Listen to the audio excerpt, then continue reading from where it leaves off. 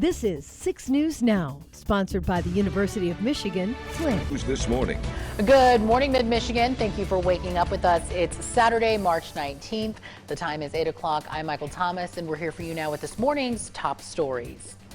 March Madness is in full swing, and this morning the Spartans are still dancing after escaping a close victory in the first round.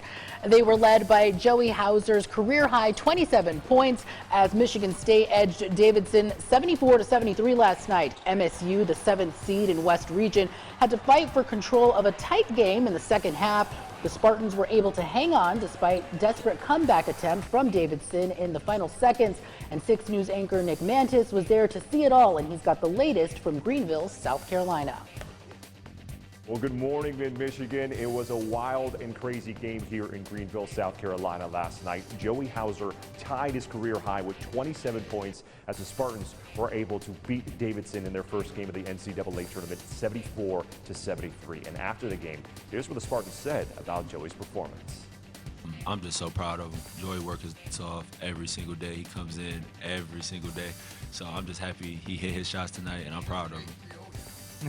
Oh, my fault. The things that Joey did the whole game kind of freed up a lot of other people. He was hitting shots all over the court, so allowed us to get downhill, be aggressive, and feed the post. They couldn't double as much with Joey on fire like that. You know, he rebounded the ball, he defended the ball, he went after block shots, he made some good passes. He played about as complete a game as any forward I've had here in a long time. You know, if you look at all the things he did. It's a new season. I think that's the beauty of this tournament. You know, anything can happen. I thought we had a really good plan defensively, so I felt really confident in that. And offensively, I've been, you know, struggling just this season, just trying to let it fly and not worry about missing shots. So I think tonight I really just let that happen, and you know, good things happen. Well, now we get the matchup that we all wanted. Duke versus Michigan State. Tom Izzo versus Coach Mike Krzyzewski, and we will see whether or not the Spartans can repeat what they did back in 2019 when they ended Zion Williamson's career and to send the Spartans to the Final Four. Now on Sunday, they have an opportunity to end Coach K's career when they take on the Duke Blue Devils. We're going to ask the Spartans about that during their media session tomorrow. We're right here in Greenville, South Carolina, still dancing. Nick Mantis, 6 Sports. Sleek modern design, an easy-to-navigate home screen with quick access to local news content, and a localized weather forecast. Subscribing to notifications is easier, and with one tap, you have access to recent push notifications. There are more ways to watch and find video, and a red light alert badge notifies you when we're streaming. Download or update our new local news app today. 6 News. We're dealing with rain showers and some very dense fog this Saturday morning here in mid-Michigan. Visibility significantly reduced in areas around Lansing. Current visibility at 1/4 of a mile here in Lansing and Charlotte, 4 miles down in Jackson and Hillsdale, 1/2 mile over in Mason. We're going to take graphics full screen so we can give you a live look at the Capitol this morning. Temperatures outside not all that bad. We're at 40 degrees right now, very much above average where we should be for this time of year. Winds out of the north at 3 miles per hour. Only a light breeze, so no significant wind chill. Over to our neighbors in the west in Grand Ledge. This is the view over here, so visibility significantly reduced in the area again. We're at 38 degrees, maximum winds of 10 miles per hour. Down in Hillsdale, visibility lightening up here in just a little bit. 46 degrees, maximum winds of 14 miles per hour thus far. A similar view in downtown Jackson, 45 degrees here with relatively calm winds in place. Now the good news is for areas down to our south in Jackson and Hillsdale, fog looks like it's lifting pretty quickly. Similar situation in St. John's, but in areas around Lansing, fog looks like it's going to be in place until we get into the early portion of the afternoon hours today. 37 degrees in St. John's, feeling like 33 outside with winds at 5 miles per hour. Satellite and radar shows we have a lot of rain that we have to get through throughout the day today. Low pressure systems in our vicinity. It's going to slowly move through the region as we move throughout the day today. Don't be surprised if maybe you hear a couple of rumbles of isolated thunder in the region just until we hit the noon hour. After that, the atmosphere becomes a little bit less favorable for those conditions. Rain leaves the area by the time we get into this evening. Overnight tonight, maybe a chance for an isolated snow shower in the area, but any impacts from that are going to be relatively limited due to the fact that temperatures are going to be right around freezing, if not just slightly above. In terms of how much rain we're expecting for our region, trace amounts to maybe up to 1/4 of an inch here in the mid-Michigan area, so any impacts from rain are going to be fairly limited in the region. For today, high temperatures all the way up to 46 degrees in the region. Going to be fairly windy, winds up to 15 miles per hour in the region. But any wind chills, well, we should be able to handle it. Your 6-day forecast shows tomorrow absolutely beautiful. I know Michael's excited for it. 56 degrees for your high, mostly sunny conditions before the rain showers return. By the time we get to Wednesday, temperatures dip right back down to 50 degrees. Introducing our new redesigned 6 News mobile app. Our new app features a sleek, modern design, an easy-to-navigate home screen with quick access to local news content, and a localized weather forecast. Subscribing to notifications is easier, and with one tap, you have access to recent push notifications. There are more ways to watch and find video, and a red light alert badge notifies you when we're streaming. Download or update our new local news app today. 6 News, here for you. Go green. Yeah. Go white. Green. And back here in East Lansing, bars enjoyed big business last night as thousands of students turned out to cheer on the Spartans.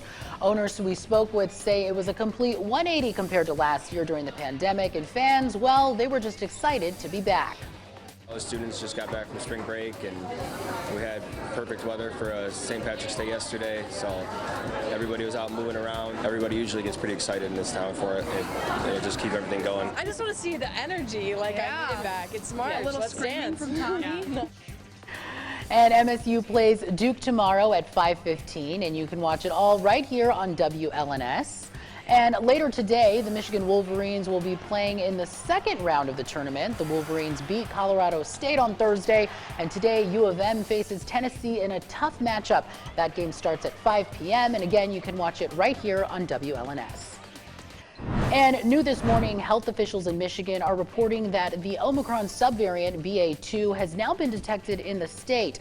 The variant is being called stealth Omicron. It's causing surges in Europe and other parts of the world. Health officials say it's been in Michigan for more than a month or so, and the genome sequencing takes time to confirm. The CDC says the BA.2 is more transmissible than Omicron, but it doesn't appear to be more severe, saying the vaccine has been proven effective when it comes in contact with this variant. And also new this morning, China is reporting its first COVID-19 death in more than a year. That's according to a post on the country's Health Commission website. It's worth noting China reported only 2 COVID-19 deaths last year for all of 2021. Now the country is battling a widespread outbreak, including at least 5 cities with more than 30 million people. It's shutting down schools, jobs, and mass transportation hubs, along with requiring mandatory testing. It's all in part of the country's zero-tolerance approach on the virus. And also right here back in the state of Michigan, state auditors say Michigan's unemployment agency did not require background checks for thousands of new workers during the pandemic hire rush. The audit shows that the agency did not do an adequate job of onboarding and offboarding for thousands of workers. Employees let go were still allowed access to the system, and some new workers had been charged with financial crimes before being hired. That included identity theft, and in another audit, it showed that the state itself paid up to $8 billion in fraudulent claims throughout the entire pandemic. And later this morning, there's a drive-through style food distribution for the Lansing residents. It'll take place at Tabernacle of David Church on Holmes Road, and it's set to start at 9 this morning.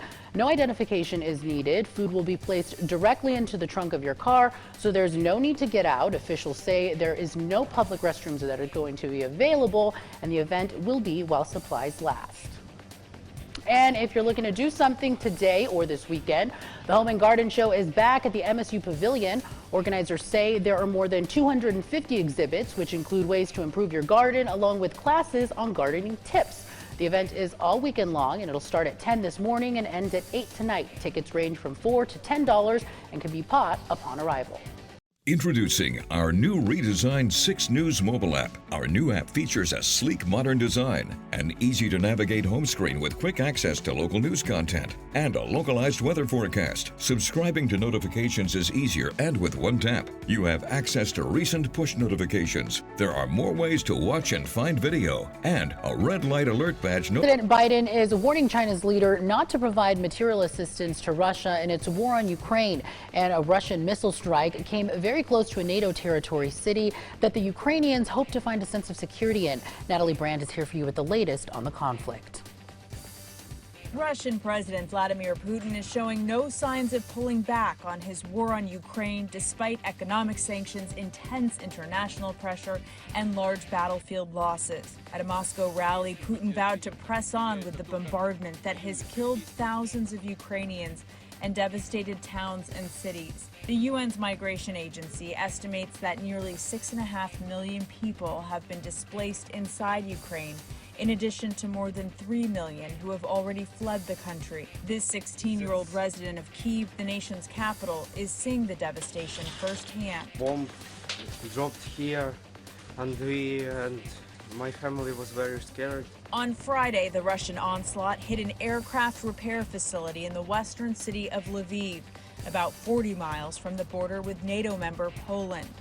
Many Ukrainians had sought refuge in Lviv from the assault overwhelming much of Ukraine. But as Russia struggles to gain control over Ukraine, Putin has asked China for missiles, drones, and cash. Friday, President Biden held a nearly 2-hour video call with Chinese leader Xi Jinping. He made clear what the implications and the consequences would be if China provides material support to Russia as it conducts brutal attacks against Ukrainian cities and civilians. CBS News has learned China has still not decided whether to help Putin. Back in Kyiv, Ukrainian President Vladimir Zelensky visited a hospital where he met civilians and soldiers injured in the war. Natalie Brand, CBS News, Washington. This is 6 News Now. We will begin in 60 seconds.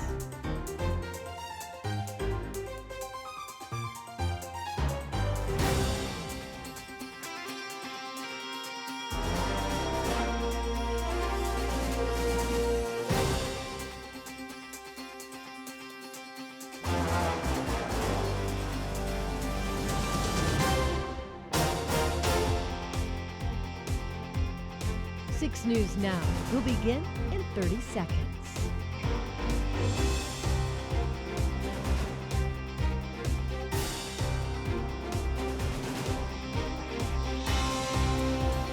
Don't go anywhere. 6 News Now will begin shortly.